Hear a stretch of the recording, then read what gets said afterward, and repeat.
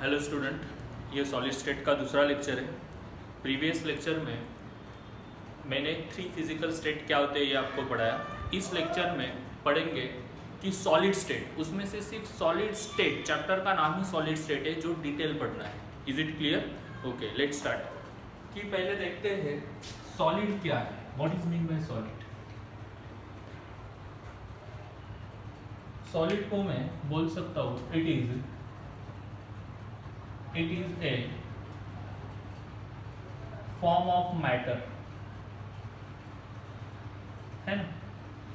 मैं each and every concept को theoretical बना रहा हूँ, मोर थेरोटिकल विथ प्रोनाउंसिएशन, है ना। प्रोनाउंस भी कर रहा हूँ मैं ड्यूरिंग राइटिंग। पर्पज यही है कि जब भी आप लेक्चर देखोगे रिलैक्स माइंड से, तो देखते देखते आपका प्रिपरेशन हो जाएगा। Is it clear? तो ध्यान से पढ़ना है, ध्यान देना है, साइमल्टेनियसली प्रिपरेशन भी कर लो, ठीक है। It is a form of matter having definite shape and volume. Okay, that is solid. इस सॉलिड की कैरेक्टरिस्टिक क्या है, ज्यादा एक्सप्लेन नहीं करता हूं क्योंकि आपको इसके बारे में पता है। पहली कैरेक्टरिस्टिक तो मैं डेफिनेशन से बता देता हूं कि they have definite shape and volume. आप बोल सकते हैं मास, डेंसिटी, तो भी चलेगा, तो भी राइट है। Is it clear? Okay. Solid कैसे होते हैं? दे आर हार्ड, आप बोल सकते हैं रिजिड एंड इनकम्प्रेसिबल। वो हार्ड क्यों होते हैं? क्योंकि दे हैव स्ट्रॉन्ग इंटरमोलिक्यूलर और inter particle force of attraction, है ना। क्योंकि उनके अगर कॉन्स्टिट्यूएंट पार्टिकल आप कंसीडर करोगे तो इन कॉन्स्टिट्यूएंट पार्टिकल्स के बीच जो फोर्स ऑफ अट्रैक्शन है वो स्ट्रांग है, इसलिए वो कॉन्स्टिट्यूएंट पार्टिकल्स कॉम्पैक्टली पैक्ड है सॉलिड में। Okay, so that's why they are what hard. समझ में आ रही है बात? ओके, और incompressible and you can say their constituent particle having fixed position। constituent particle की पोजीशन फिक्स्ड होती है, मीन्स मुझे ये कहना है कि they can't फ्लो नहीं हो सकते from one place to another place, they can't। is it clear? okay, अभी सॉलिड का एक क्लासिफिकेशन देखना है।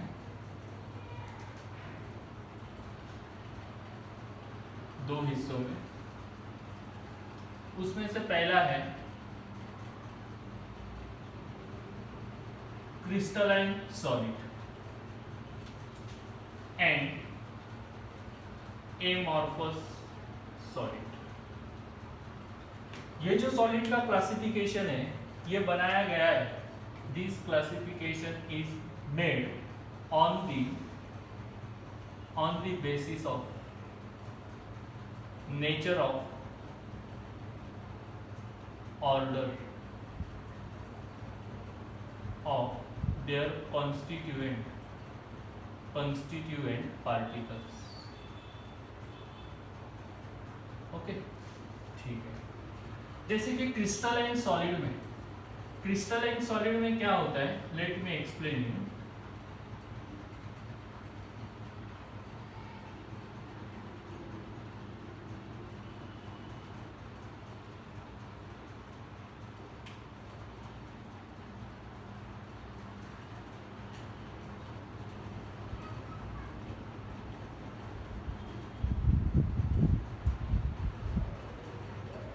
ऐसे क्रिस्टल्स होते हैं, ओके।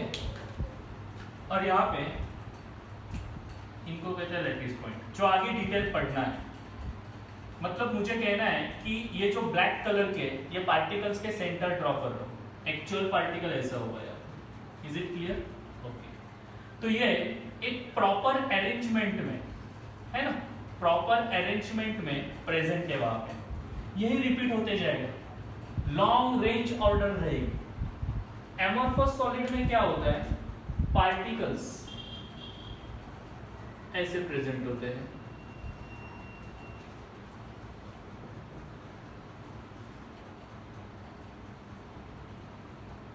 जो बिल्कुल लॉन्ग रेंज ऑर्डर नहीं होंगे, इरेगुलर ऑर्डर में।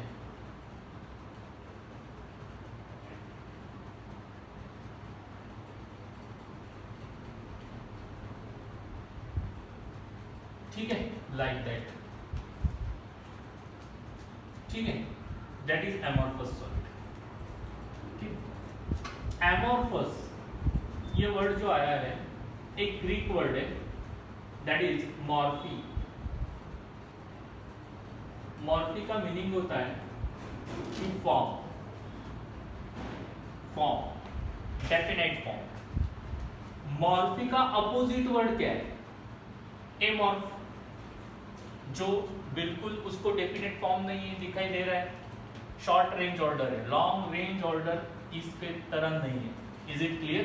That is amorphous solid. मतलब मैं दोनों में अगर डिस्टिंग्विश कर लूं तो क्रिस्टलाइन सॉलिड में मैं लिख सकता हूं कि having crystalline solid having definite shape, इनको डेफिनेट शेप है, इनको डेफिनेट शेप नहीं। जो कंस्टिट्यूएंट पार्टिकल्स है उनकी जो अरेंजमेंट है वो लॉन्ग रेंज है, ऐसी है, लॉन्ग रेंज है। So I can write there is long range order of their constituent particles, यहाँ पे शॉर्ट रेंज ऑर्डर। ठीक है, ये जो सॉलिड है crystalline solid, these are true solid, ये सीडो सॉलिड है, दीज आर सीडो सॉलिड। और you can say they are super cooled, super cooled liquid, liquid को बहुत सारी कूलिंग प्रोवाइड करके उनको सॉलिड में लाया गया है, ऐसे they are super cooled liquid. Is it clear? Example से पता चलेगा आपको कि क्या है। They have sharp melting point and boiling point, है ना। इसमें मेल्टिंग और बॉइलिंग पॉइंट कैसा है, their melting and boiling point, their melting and boiling point is over temperature interval. मतलब आप बोल सकते हैं कि रेंज में आता है, यहाँ पे शार्प आता है। मैं बोल सकता हूं कि इस क्रिस्टलाइन सॉलिड का सपोज्ड मेल्टिंग पॉइंट है, मान लो कि 120 डिग्री सेल्सियस, तो 120 डिग्री सेल्सियस टेम्परेचर अटेन होने के बाद ये कोलैप्स हो जाएगा और किस में कन्वर्ट हो जाएगा, लिक्विड में, मतलब ये मेल्ट हो जाएगा। Is it clear? व्हाई?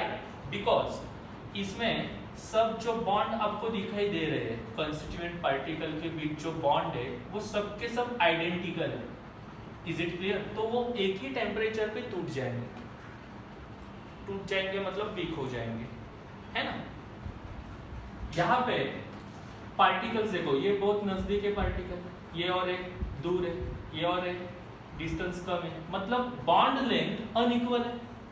तो मान लो कि ये 120 डिग्री से स्टार्ट हो गया मेल्ट होना, तो ये 130 डिग्री तक पूरा मेल्ट हो जाएगा। मतलब मैं डॉट टेम्परेचर नहीं बता सकता हूँ इसका कि ये 120 डिग्री पे पूरा का पूरा मेल्ट होगा, नहीं, स्टार्ट होगा और कंप्लीट कब होगा, 130। तो इसका जो मेल्टिंग पॉइंट आएगा ये रेंज में आएगा, देयर इज टेम्परेचर इंटरवल, वहां पे टेम्परेचर इंटरवल होगा। Is it clear? Okay. They show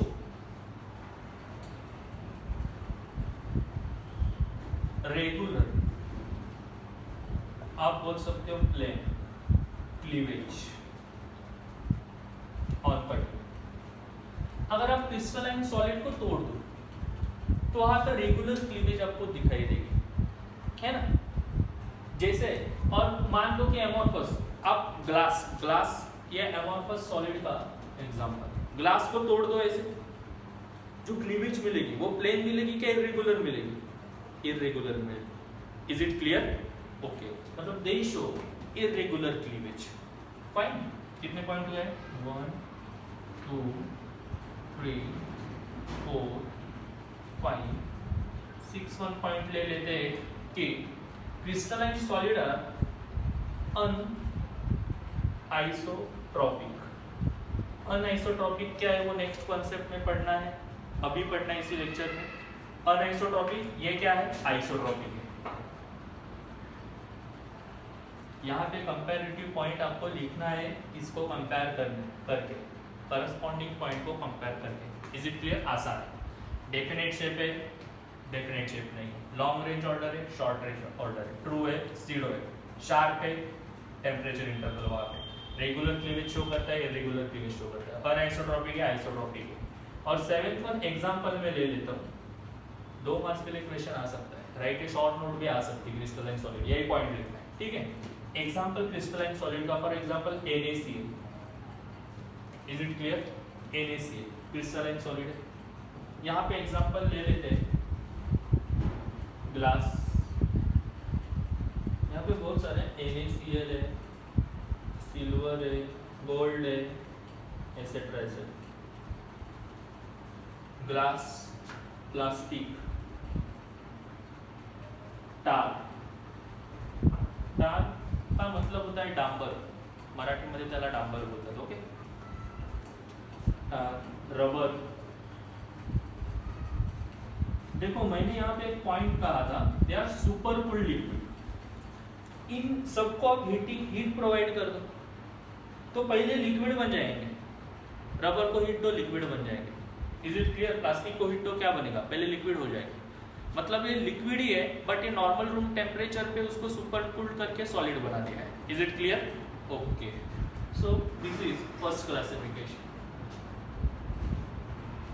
और एक classification, second classification,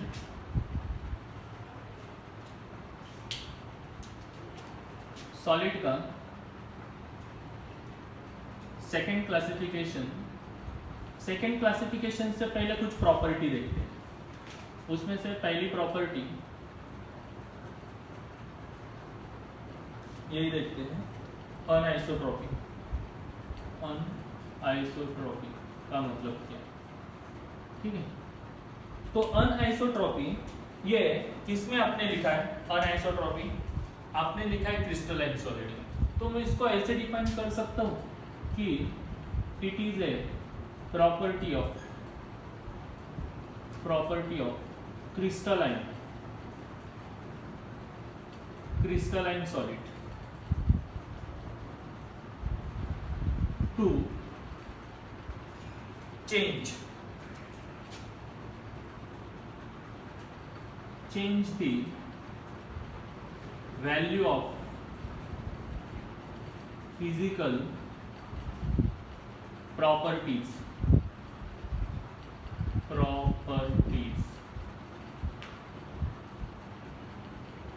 when measured in different direction. Okay, let me explain it कि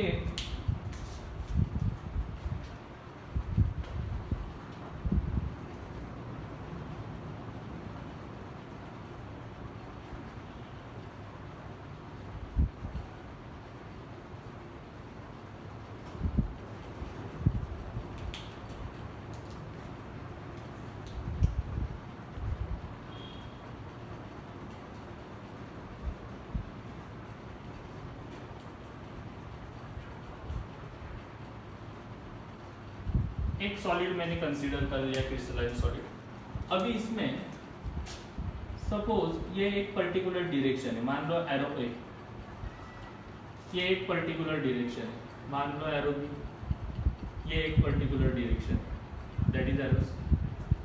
अभी जब आप एक एरो फॉलो करेंगे सपोज ए, तो इसमें एक बड़ा छोटा पार्टिकल आएगा आपको।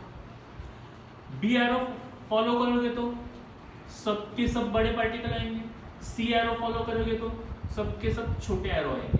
मतलब जैसे डायरेक्शन चेंज हो जाती है, फिजिकल प्रॉपर्टी भी क्या हो जाती है, चेंज हो जाती है। Is it clear? तो इसी प्रॉपर्टी को क्या कहना है, अनआइसोट्रोपी, जो क्रिस्टलाइन सॉलिड में होगा। एमोर्फस सॉलिड में क्या होगा, आइसोट्रोपी। आइसोट्रोपी, आइसो का मतलब ही होता है सेम, ठीक है। लेट्स सी, तो इसमें मैं ऐसे लिखूंगा कि आइसोट्रोपी आपने किस में लिखा है, दिस इज आइसोट्रोपी, किस में लिखा है, एमोर्फस में। So it is a property of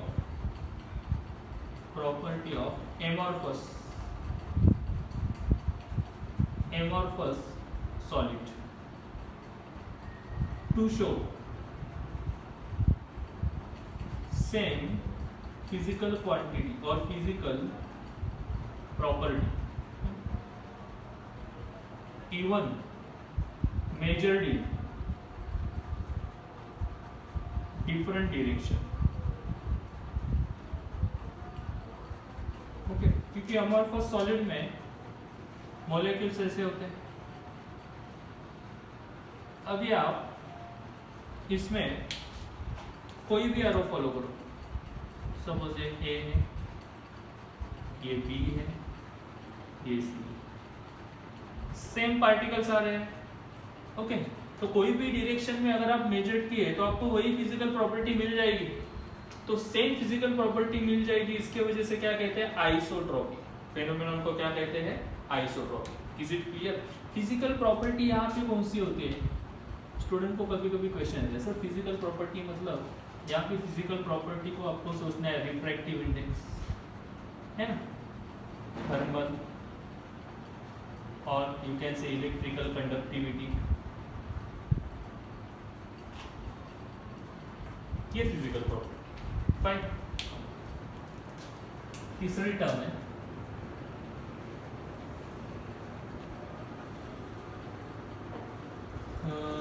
polymorphism, उससे पहले आइसोमॉर्फिज्म। वापिस वर्ड आ गया आइसो, आइसो का मतलब होता है सेम, और मॉर्फिज्म, मॉर्फी भी वर्ड आया, मॉर्फी का मतलब होता है फॉर्म। तो वर्ड से पता चलता है कि आप क्या पढ़ने वाले हो, कि इन दिस केस टू और more substances having same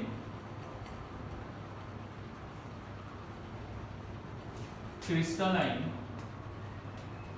structure, ये पहला पॉइंट। दो और ज्यादा सब्सटेंसेस, अलग अलग ये सब्सटेंसेस, लेकिन उनका क्रिस्टल देखोगे तो आपको सेम दिखाई देगा। Okay, having same crystalline structure are said to be isomorphous to each other, isomorphous, and the phenomenon is known as, phenomenon को कहेंगे isomorphism। ओके, फॉर एग्जाम्पल जैसे कि MgO एंड Na, ये पहली पेयर है आइसोमॉर्फिज्म। दूसरी है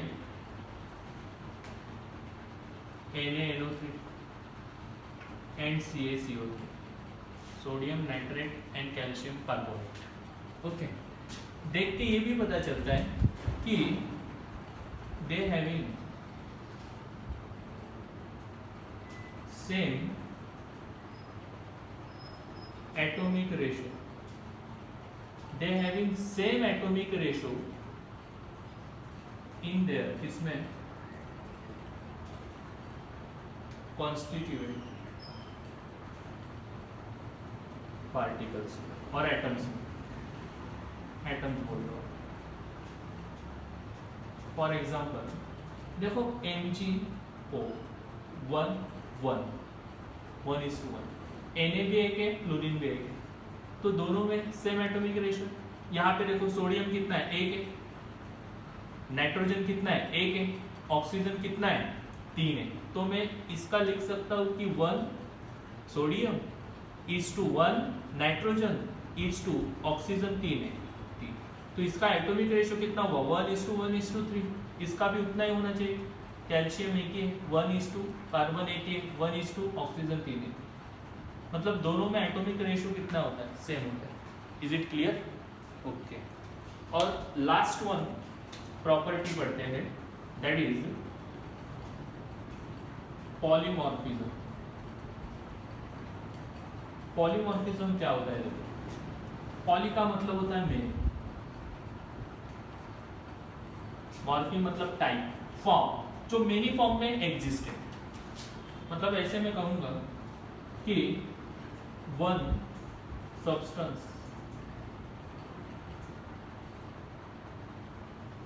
एग्जिस्ट इन कम से कम 2 और उससे भी ज्यादा 2 और मोर फॉर्म इज पॉलीमॉर्फस। तो उसको क्या कहना है, पॉलीमॉर्फस, है ना। एंड द फेनोमेनॉन, यही लिखना है, सब टेक्सचुअल लिख रहा हूं मैं, ठीक है। The phenomenon is known as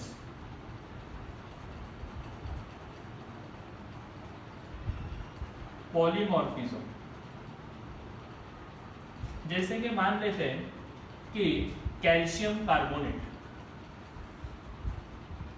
CaCO3, calcium carbonate calcite में एग्जिस्ट है और एरागोनाइट में एग्जिस्ट है।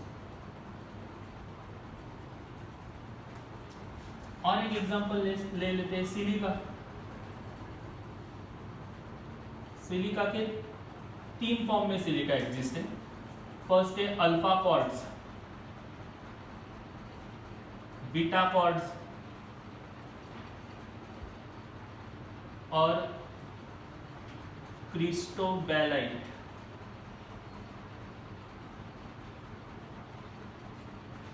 मतलब एक ही फॉर्म, एक ही सब्सटेंस, जो नेचर में अल्फा क्वार्ट्ज में भी सिलिका है, बीटा क्वार्ट्ज में भी सिलिका है, क्रिस्टोबैलाइट में भी सिलिका है। Is it clear? तो ये पॉलीमॉर्फस हुआ। सिलिका क्या हुआ, पॉलीमॉर्फस, बिकॉज इट एग्जिस्ट इन 2 और मोर फॉर्म। Getting this? ओके। इसमें एक चीज मैं आपको बताना चाहूंगा, पॉलीमॉर्फिज्म यहां पे लिखता हूं मैं, ध्यान देना है कि यही पॉलीमॉर्फिज्म, इफ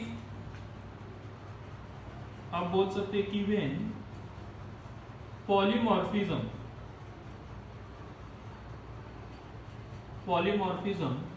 occurring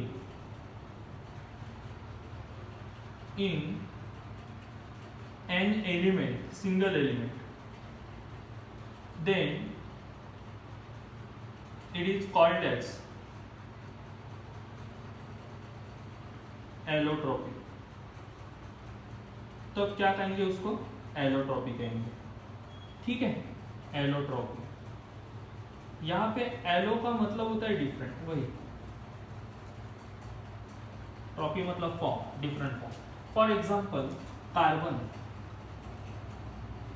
जो एक सिंगल एलिमेंट है, जो एक सिंगल क्या है, एलिमेंट है, ऐसे सब्सटेंस नहीं है।